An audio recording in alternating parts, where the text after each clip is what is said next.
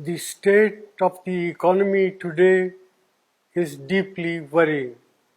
The last quarter's GDP growth rate of 5% signals that we are in the midst of a prolonged slowdown. India has the potential to grow at a much faster rate, but all-round mismanagement by the Modi government has resulted in this slowdown. It is particularly distressing that the manufacturing sector's growth is tottering at 0.6%. This makes it very clear that our economy has not yet recovered from the man-made blunders of demonetization and a hastily implemented GST. Domestic demand is depressed and consumption growth is at an 18-month low. Nominal GDP growth is at 15-year low. There is a gaping hole in tax revenues. Tax buoyancy remains elusive as businessmen, small and big, are hounded and tax terrorism continues unabated. Investor sentiment are in doldrums. These are not the foundations for economic recovery.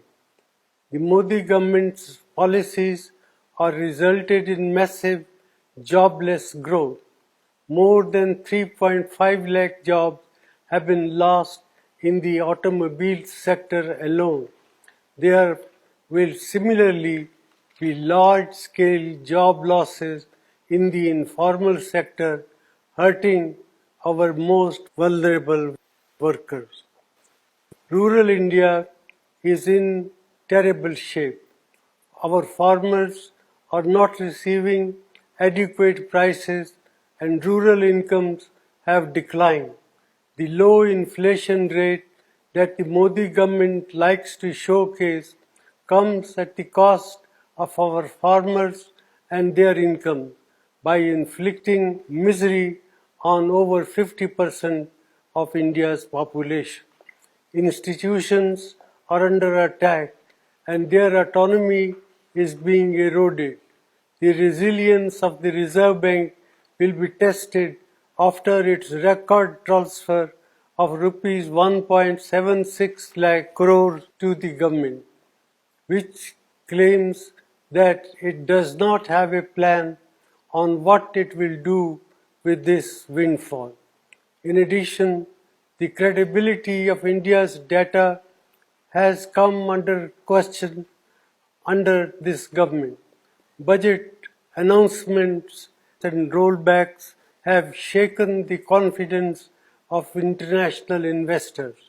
India has not been able to increase the exports to take advantage of opportunities that have arisen in global trade due to geopolitical realignment. Such is the state of economic management under the Modi government. Our youth, our farmers and our farm workers, entrepreneurs and the marginalized sections deserve better. India cannot afford to continue down this path. Therefore, I urge the government to put aside vendetta politics and reach out to all sane voices and thinking mind to steer our economy out of this man-made crisis.